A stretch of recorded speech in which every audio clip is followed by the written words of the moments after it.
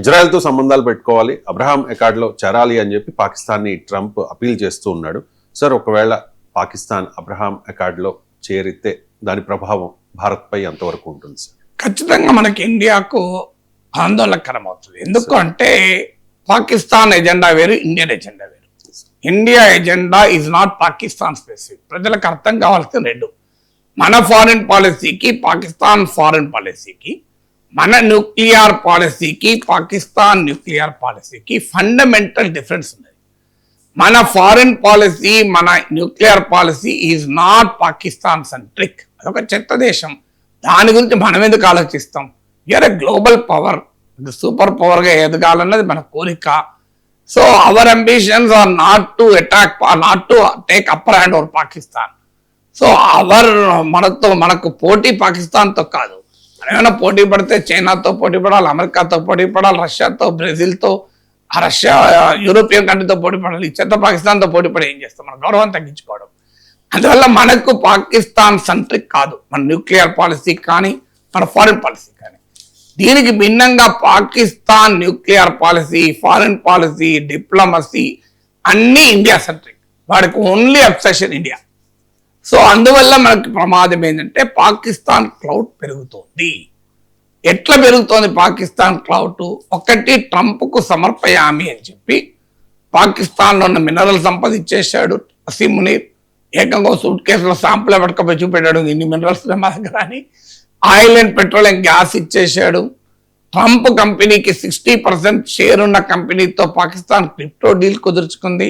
బెలూచిస్తాన్లో ఒక పోర్ట్ ఇస్తున్నాడు, చైనా నిర్మిస్తున్న గదార్ పోర్టుకు దగ్గరగా. సో ఇలా పాకిస్తాన్ సర్వం సమర్పయామి అంటున్నాడు, అమెరికాకు సర్వం సమర్పయామి అని దండం పెడుతున్నాడు. ఇది వల్ల అమెరికా పాకిస్తాన్ నెక్సెస్ పెరిగింది. రెండు, చైనా పాకిస్తాన్ నెక్సెస్ ఇప్పటికీ బలంగా ఉంది, మనందరికీ తెలుసది. ఇటీవల ఆపరేషన్ సింధూర్లో కూడా పాకిస్తాన్ సపోర్ట్ చేస్తామని చైనా బహిరంగంగానే అంగీకరించింది. పాకిస్తాన్కు సప్లై చేసే మొత్తం పాకిస్తాన్ ఇంపోర్ట్ చేసుకునే ఆర్మ్స్ లో 81% చైనాయే. ఇది రెండవది. మూడవది, తుర్కీ పాకిస్తాన్ సౌదీ అరేబియా నెక్సెస్. ఇది చాలా ప్రమాదకరమైన నెక్సెస్. ఎందుకంటే పాకిస్తాన్ కోమో ఆ జిహాదీ నెట్వర్క్ ఉంది, ఒక ఉన్మాదపు చరిత్ర ఉంది. మీకు తమ దేశ ప్రజలను పట్టించుకోకుండా వీటిపైన ఇతరులపైన పడే స్వభావం ఉంది. తుర్కీ ఏమో మిలిటరీ పవర్, ఇట్స్ నాటోలో భాగస్వామి, it's strong military power. Saudi అరేబియాకు డబ్బులున్నాయి.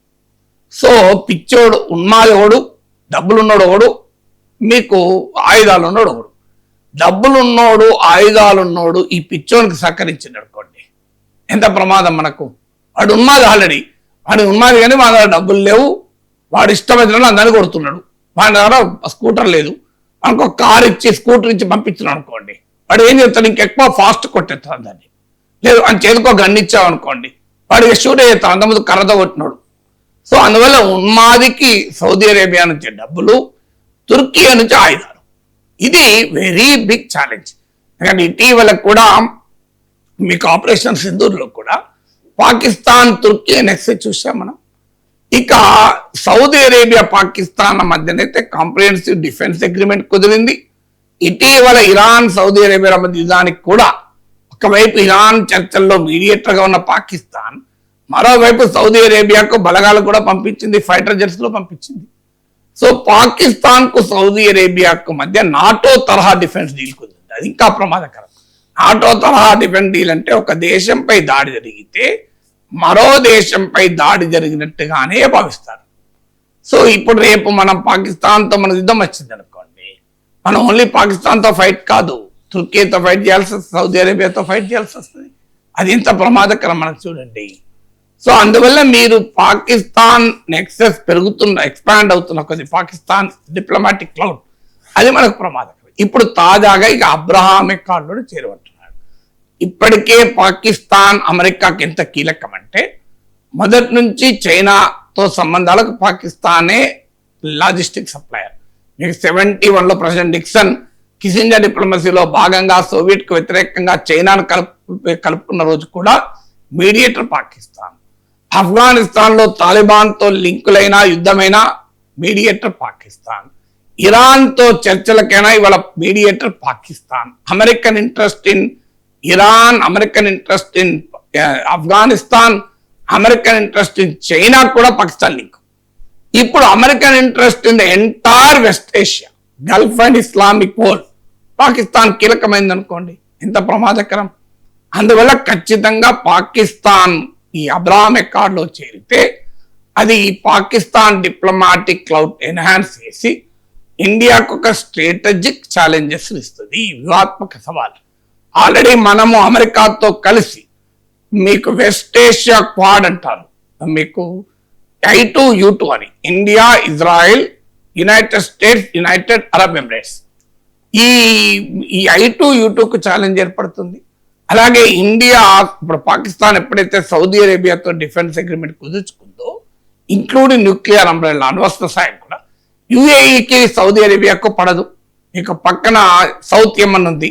సౌత్ యమన్ లో ప్రెసిడెన్షియల్ లీడర్షిప్ కౌన్సిల్ అని అధికార ప్రభుత్వాన్ని సౌదీ మద్దతు ఇస్తే, వేర్పాటు వ్యవస్థ ఉద్యమమైన సదరన్ ట్రాన్సిషన్ కౌన్సిల్ కు యుఏఈ మద్దతు ఇస్తుంది. అక్కడ వారు సాయుధ ఘర్షణ పడి తీసుకొచ్చారు. అందుకే దీన్ని ఉపయోగించుకొని మనం ఏం చేసాం, పాకిస్తాన్ సౌదీ అరేబియాతో కలిస్తే మనం యుఏఈతో డిఫెన్స్ అగ్రిమెంట్ కుదిరింది. అందుకని ఇటీవల ప్రైమ్ మినిస్టర్ మళ్ళీ యుఏఈ అందుకు వెళ్ళాడు. అందుకే సో అందువల్ల ఇప్పుడు పాకిస్తాన్ గనక ఇప్పటిదాకా చైనా నెక్సెస్, అమెరికా నెక్సెస్, ఇటీవల తుర్కీ నెక్సెస్, ఇప్పుడు సౌదీ నెక్సెస్, ఇప్పుడు ఆఖరికి ఇస్లామిక్ నెక్సెస్, మీకు గల్ఫ్ ఇస్లామిక్ నాటో మీటింగ్ లో కూడా పాకిస్తాన్ కీలక పాత్ర పోషించింది. పాకిస్తాన్కి ఇప్పుడు అబ్రహాం అకార్డ్ ద్వారా ఎంటైర్ వెస్ట్ ఏషియన్ నెక్సెస్ వస్తే అది చాలా ప్రమాదకరం. ఎందుకంటే Pakistan is the only nuclear power in the Islamic world. దాని ఇంపార్టెన్స్ అది. ఇస్లామిక్ ప్రపంచంలో ఒక అణ్వస్త్ర దేశం అంటూ ఏదైనా ఉందంటే అది పాకిస్తాన్. అది ఆ క్లౌడ్ మనకు డెఫినెట్ గా ఇండియాకు స్ట్రాటజిక్ ఛాలెంజ్ అవుతుంది.